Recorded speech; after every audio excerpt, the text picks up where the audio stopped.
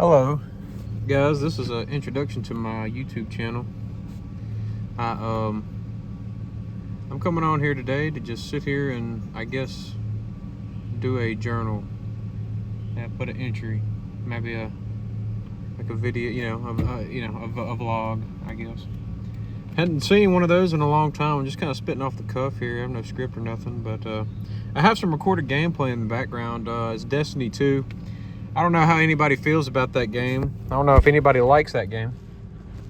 I get why people don't like it, but I like it. I think it's fun. It has a lot of issues though. And I don't buy anything from the Eververse store, but I bought the Star Wars DLC and I think it's fun, and I play it with a few friends. But if you don't like the gameplay, I can always play something else and change it up for anything in the next video. But guys, I guess I wanted to get on here and just kind of talk my mind. I might be somewhat negative in this video, but I want it to have a positive message at the end. I don't want to be a doomer. I don't think that is the goal of this video. I guess my goal is I want to tell somebody. I wish I could tell somebody I 100% trusted, but I've never met nobody like that. Like, I've never met nobody in my life that I can confidently say, I can tell you anything and not feel shame or feel embarrassed about it, or I feel like you're gonna throw it back on me. And I'm not a victim, all right? You know what? I live in America, okay? I've got somewhere to stay. I've got a little place, but I live with family, okay? It's not mine. I don't own it, okay? So I'm blessed, but I don't own anything. All I have is a vehicle, but I'm blessed to have it. But so I'm not a victim, but I'm just wanting to share my thoughts and see if anybody else thinks, if anybody kind of understands what I'm saying about 2026. I guess my kind of topics are the job market, people, conversations, relationships, and maybe getting a job. That's the topic of this video. And to start off, I guess it's really just like conversations and talking to people. Like, I love talking to people, I do, but I really genuinely don't think I can tell people my problem, because no one cares. I just don't think a lot of people don't care. But again, why should they? I mean, everybody has problems. I mean, ever since I grew up, I was told this. Everybody has problems, and everybody deals with them. Well, how do we deal with them? Do we deal with them by being quiet and just going on, or do we express them to each other? I think I would express any issues I have with people outside of work. Don't do that at work. I just don't think that is ever an appropriate thing to do, unless it's an emergency and you need to talk to your manager.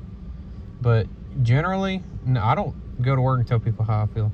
That's just stupid. That don't make sense to me. I've told friends and family. Now, I have good friends, and I have some good family, but some of my family, we disagree on a lot of stuff, and there's nothing wrong with disagreeing, but some of us, man, talking to some of my family is like a brick wall.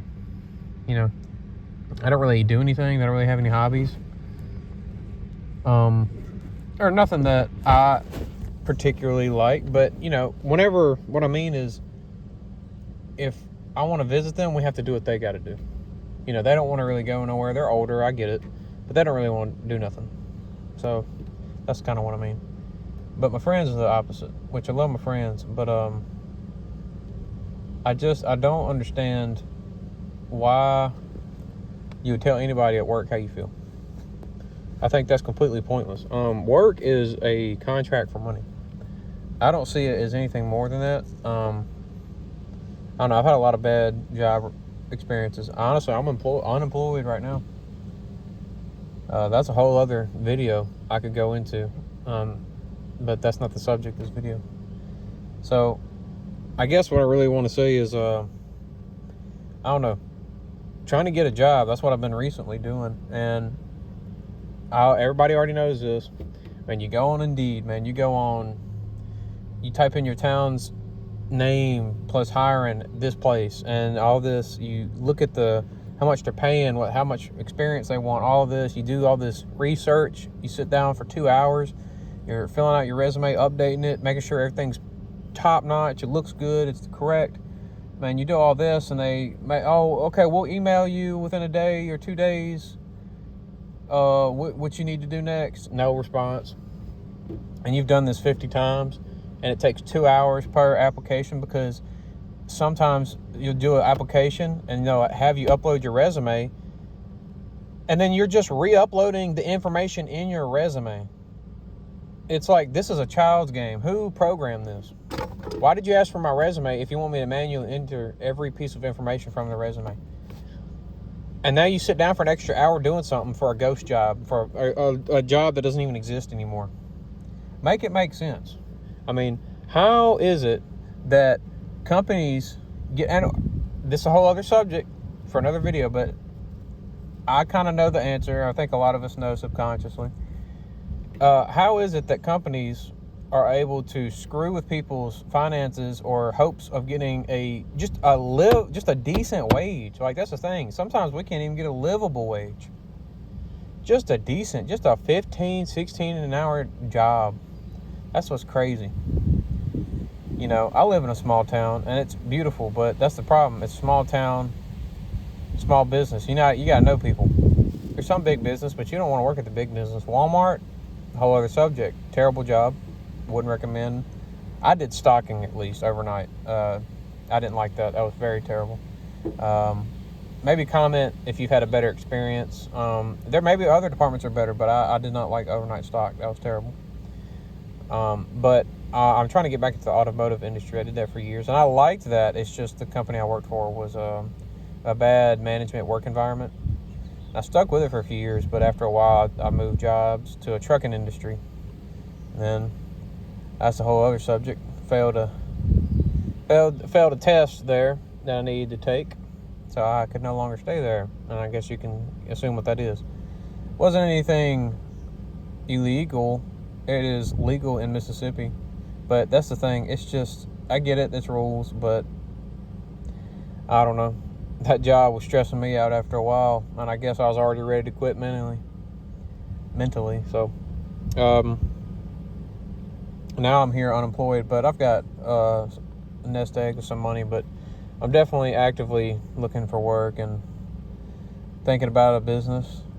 You know, I'm not going to sit here and say that working a job solves all your problems. It really don't, because, I mean, you get more money, but then you might not be happy. I mean, and then you say, well, if you ain't happy with a job or without a job, then what's the point?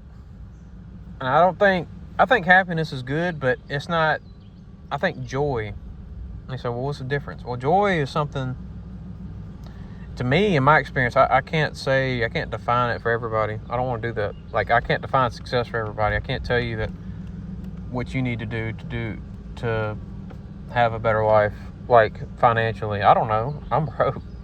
Like, or I say that I'm almost broke. I don't have a job. I don't know. I couldn't say that. But what I'm saying is, I think that we should be able to work a few days a week and afford to be able to live. That's not even too much to ask for. I don't care if you're white. I don't care if you're Mexican. I don't care if you're from Israel. I don't care if you're from Palestine. I don't care if you're what country you're from. As long as you ain't hurting somebody else, right? And you mind your own business, and you ain't worried about what your ancestors did or who did this. Oh, I wonder if that person's ancestor ripped off my ancestors. That's why I'm broke. I don't care about none of that. That's not the problem. The problem is we elect people that hate us, that waste our taxpayer dollars. Do you think your Mexican or your black neighbor is making your bills more expensive? If you think that, you're stupid. I genuinely, God didn't make everybody different and then say, okay, it's time to hate each other. If God made everybody the same in your mind, then why does everybody look different? All right, that's that old person mindset. Not all people. I'm not gonna sit here. This is not an old people bash video. That'd be unfair. But genuinely, if I just go around pointing fingers at all my neighbors, nothing's going to happen. I think the fault is the people we elect. We put people in power that hate us. And then we blame our neighbor, our Democrat neighbor, or our Republican neighbor. Which, yes, yes, I see what you're saying. Like, if you're voting and you're supporting somebody with a dumb policy, yes, you are a part of the problem. But I don't want to hate my Democrat neighbor who has supported somebody I don't like. I don't want to hate them. I want to see if we can get to a point where we agree that the system is broken, even if you keep voting. And if you can't get to that point, then, that is sad. I will agree. That's unfortunate. But I can't get mad at somebody. Like, I don't have the energy to get mad at somebody over financial or political conversations. It's just a conversation. Like, it's not that deep. Like, some people get real mad, real upset, especially on social media, take it too seriously. But I don't know. I guess, since I've been so negative, here's my conclusion. I think that I'm going to keep trying. I mean, I don't want to give up. I don't want to be a loser. I have taken a lot of L's in my life, but I'm not a victim. I don't think nobody my age is a victim. I think we have opportunities. I genuinely have hope for young people. Young people are some of the strongest people I've met, the more confident. It's the older people, the middle-aged people I've met that are the weakest, childlike people I've ever met. It's young people, 24, 16-year-olds, young men, young women. I mean, we are the future. I think that we are stronger than the older people around us, simply because we have to be. And not to discredit older people. I'm saying, if you've ever been in a work environment where people put you down because of your age, even though you're genuine, screw them people, man. Be you. I don't care. Man, I don't care. I mean, I could die tomorrow. I don't care what somebody thinks about me. I care what God thinks. I don't care. Like, if I love my family, I got my nephews, got my cousins, got my brothers, man, I don't care. I love them. I don't care what some 40-year-old dude at Walmart thinks of me. He thinks I don't move fast enough. Bro, I don't care. You could die tomorrow, bro. So be thankful that you even got a life. I don't know, because recently I feel like I haven't had one. Be thankful that you got something. I don't know, people, but be thankful you have something. I have a vehicle that runs. You know what? I'm thankful. I don't have a home, but I have a vehicle that runs, and I got some gas money. I'm thankful for them. I love my truck. So thank you, folks, for watching this video, and I hope y'all have a good one. And thank you for everything. And hopefully I can continue this series, and I want to be hopeful. My message is to think about something good you have and try to make another plan, even though the last plan failed. Just make another one. It ain't going to cost you nothing. You don't need to be rich to make another plan. You can be broke and make another plan. It's a budget-friendly option. All right? It costs you $0, and it might get you some money, okay? Good luck.